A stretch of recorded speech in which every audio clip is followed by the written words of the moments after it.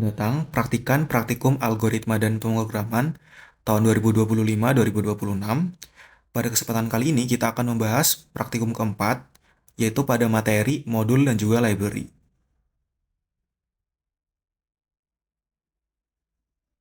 Berikut merupakan studi kasus yang akan kita selesaikan, yaitu kita akan menghitung sebaran gaji pada PT Alfa Duro, yang dimana kita bakalan menghitung gaji berdasarkan beberapa parameter yang akan kita hitung.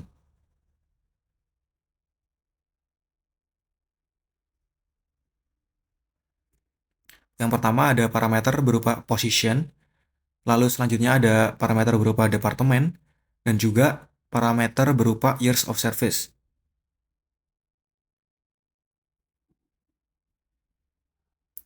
Selanjutnya ada parameter berupa working days yang akan menentukan deduction-nya nanti, dan tabel di bawah itu merupakan contoh input data yang akan kita masukkan ke dalam program nantinya untuk kita hitung untuk menentukan total salary tiap pekerjanya.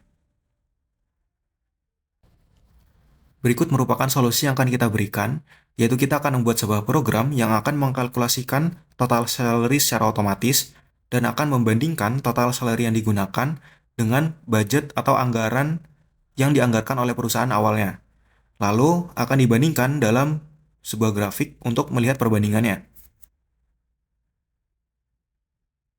Berikut merupakan proporsi untuk tiap masing-masing divisi, yang dimana yang pertama ada IT 30%, untuk HR 15%, untuk finance 10%, dan untuk marketing 45%. Oke, kita langsung saja untuk beralih ke pemrogramannya.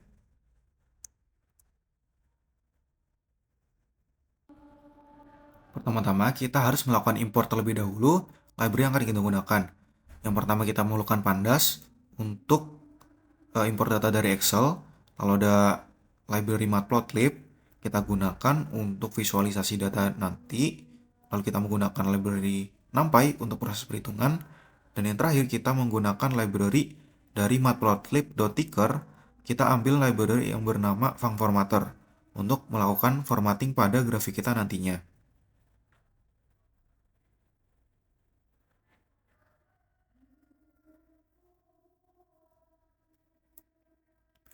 Berikut merupakan kode yang udah kita buat pada praktikum sebelumnya, yang dimana ada function login untuk proses login, lalu ada function validate input untuk bagian error handling kita nantinya, lalu ada function input employee data untuk melakukan input data-data yang dibutuhkan untuk proses perhitungan. Lalu ada pun function untuk melakukan calculate salary yang bisa dilihat di layar.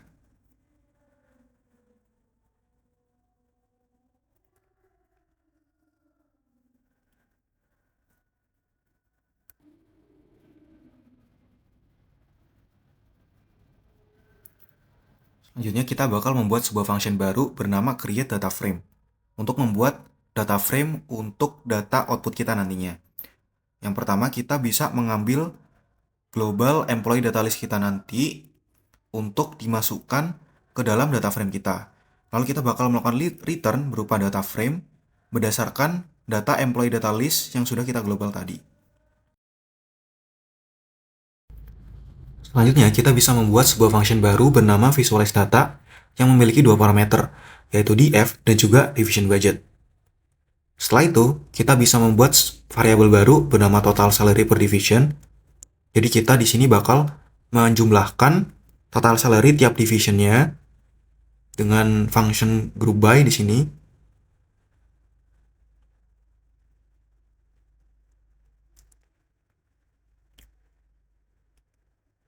Selanjutnya, kita perlu mengambil nama divisinya berdasarkan total salary per divisionnya. Kita menggunakan indeks dari total salary per division yang sudah kita buat tadi.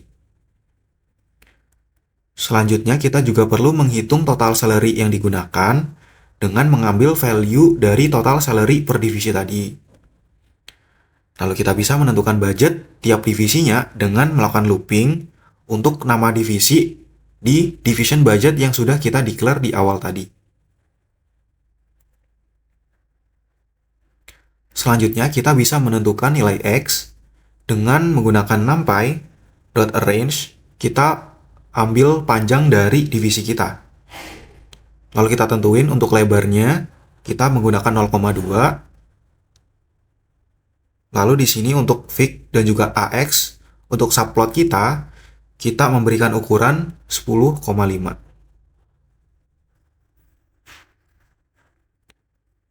Selanjutnya kita bakal menentukan AX.bar untuk kedua bar kita, yaitu untuk bar salary yang digunakan dan juga bar untuk budget tiap divisinya. Yang dimana kita bakalan menggeser tiap bar agar tidak saling bertumpuk dengan membagi X dikurangi width dibagi 2 untuk bar budget.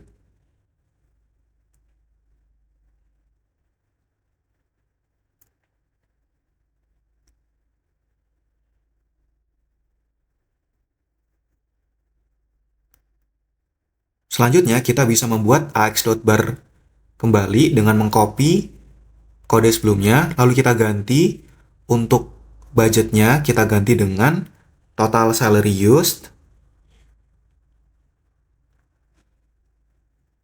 Untuk warnanya juga kita ganti dan labelnya juga kita ganti menjadi total salary used.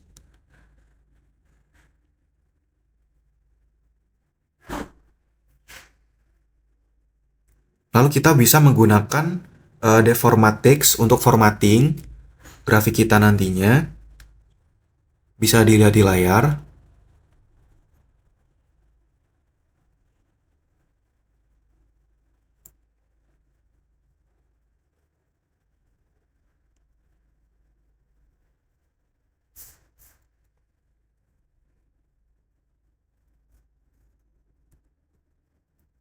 Selanjutnya kita bisa memanggil format yang udah kita buat tadi. Kita bakal menuliskan ax.taxis.setMajorFormatter untuk mengaplikasikan formatter tadi. Kita panggil formatter, lalu kita panggil function yang sudah kita buat tadi, yaitu formattext. Lalu kita bisa menentukan untuk labelnya. Untuk X terlebih dahulu, kita bisa memberikan label division di sini dengan font size sebesar 12. Selanjutnya, kita bisa memberikan label untuk Y-axis kita dengan amount.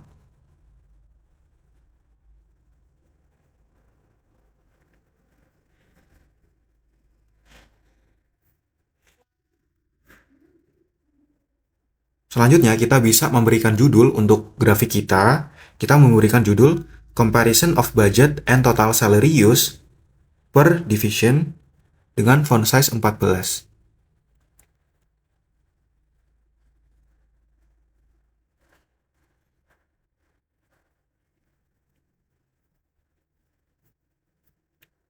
Lalu kita bisa menentukan X-Tix-nya, kita ambil dari X, dan juga untuk X-Tix labelnya, kita ambil dari Division, dan untuk font size-nya kita pakai 10. Di sini kita menambahkan ax.legend untuk menambahkan legenda pada grafik kita. Lalu jangan lupa untuk menambahkan plt.titleLayout supaya grafik kita lebih rapi. Dan yang terakhir, kita tuliskan plt.show untuk menampilkan grafik kita secara keseluruhan nantinya.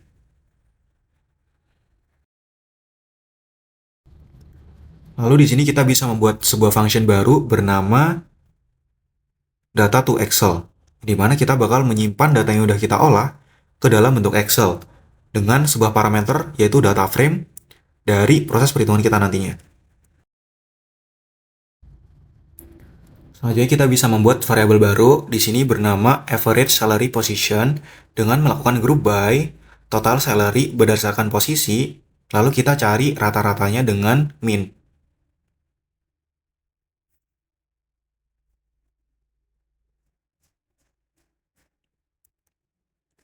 Lalu kita bisa mengganti nama average salary position-nya, kita ganti nama dengan .rename.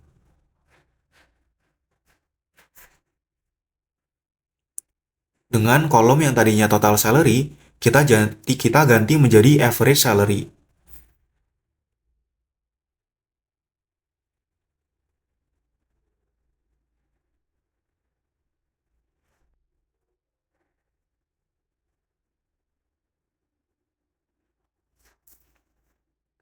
Selanjutnya kita bisa melakukan sorting di sini dengan average salary per position.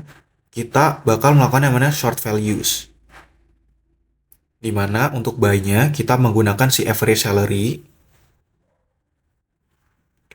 dan untuk ascending-nya kita menggunakan true.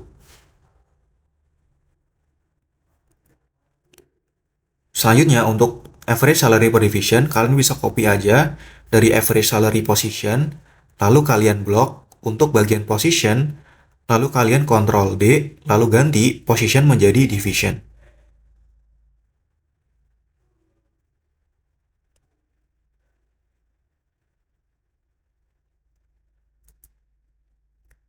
Lalu kita bisa memanggil Excel Writer di sini dengan with pd.excelwriter. Lalu kita bisa memberikan nama file yang akan kita simpan nantinya. Di sini kita bakal memberikan nama Employee Salary Report dengan jangan lupa menambahkan .xlsx, dan untuk engine-nya kita di sini bakal menggunakan engine OpenPyXL.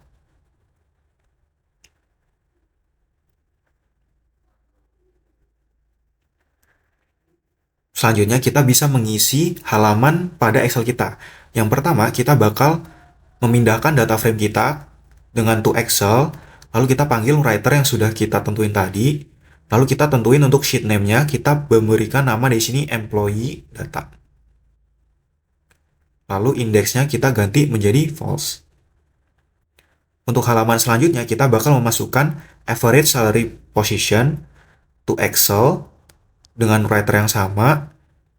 Namun di sini kita ganti untuk sheet name-nya menjadi average salary position. Dan indeksnya juga kita ganti menjadi false.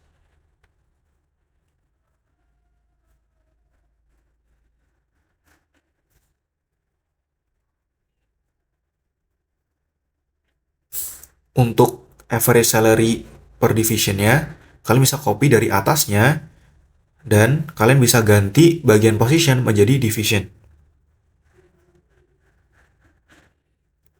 Setelah itu kita bisa menambahkan sebuah string setelah data kita berhasil disimpan untuk menandai apakah data kita sudah berhasil disimpan atau belum. Jadi kita bisa menambahkan data successfully save to nama file kita yaitu employee salary report.xlsx.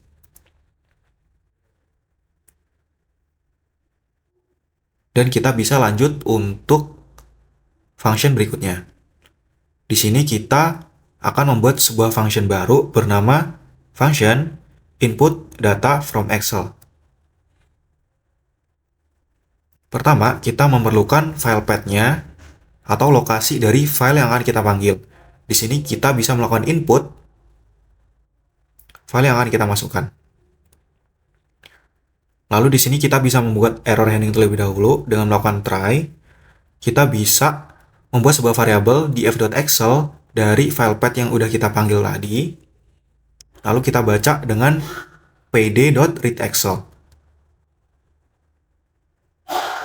Lalu kita bisa memanggil tiap data di file kita dengan format sebagai berikut.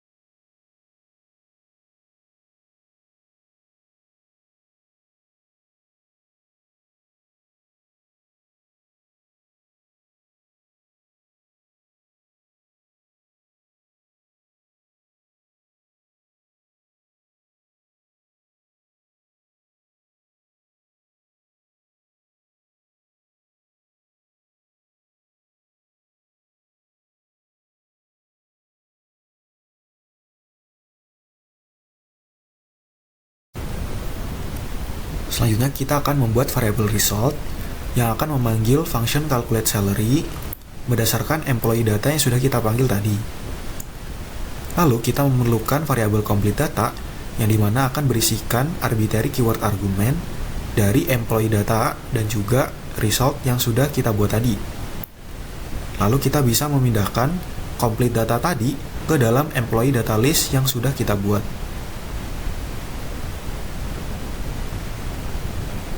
Lalu kita bisa menambahkan print di sini untuk menandakan ketika data kita sudah di-load ke dalam file Excel-nya. Lalu di sini kita bisa menambahkan accept exception untuk mengetahui error yang terjadi ketika kita menjalankan programnya nanti.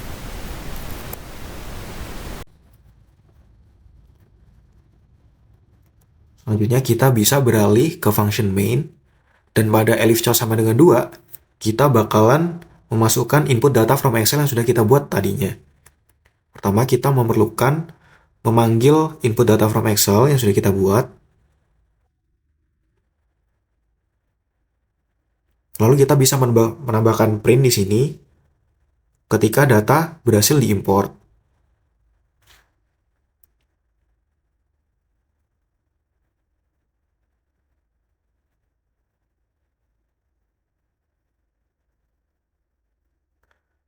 Selanjutnya, kita bisa membuat data frame-nya terlebih dahulu dengan memanggil function create data frame. Lalu di sini kita bisa melakukan print untuk average salary per position, yang dimana nantinya kita akan menampilkannya di terminal kita nanti.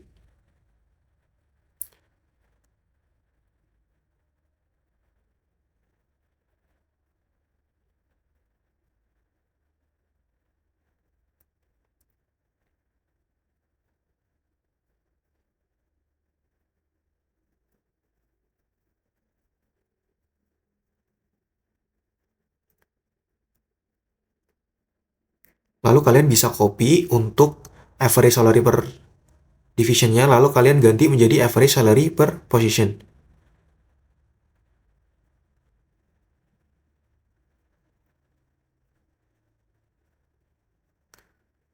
Setelah itu kita bisa uncomment untuk kode yang di comment.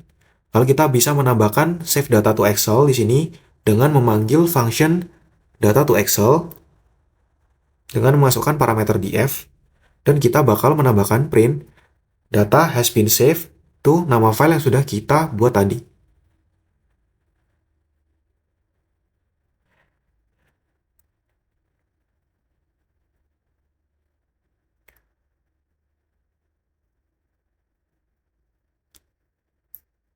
Lalu pada bagian visualize data, kita bisa memanggil function yang sudah kita buat tadi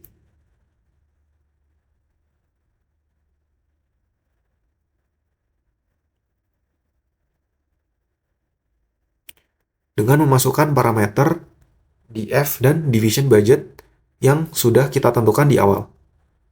Lalu kita bisa uncomment untuk baris kode yang masih dikomen di bawahnya. Lalu di sini kita bakal coba running untuk kodenya. Kita bakal memasukkan username dan password. Lalu kita masukkan untuk budget bulan ini sebesar 200 juta. Kita mencoba untuk input dari Excel.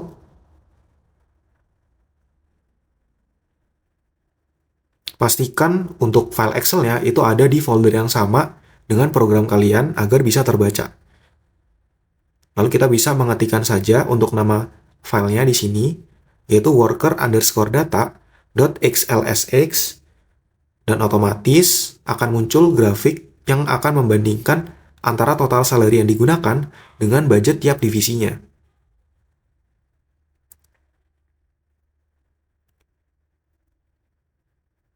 Lalu di sini merupakan tampilan untuk output dari Excel-nya sendiri, yang dimana di halaman pertama ini merupakan output untuk employee data keseluruhannya. Lalu yang kedua ini untuk average salary position-nya yang telah disorting. Dan yang halaman ketiga itu merupakan average salary per division-nya yang sudah kita sorting juga.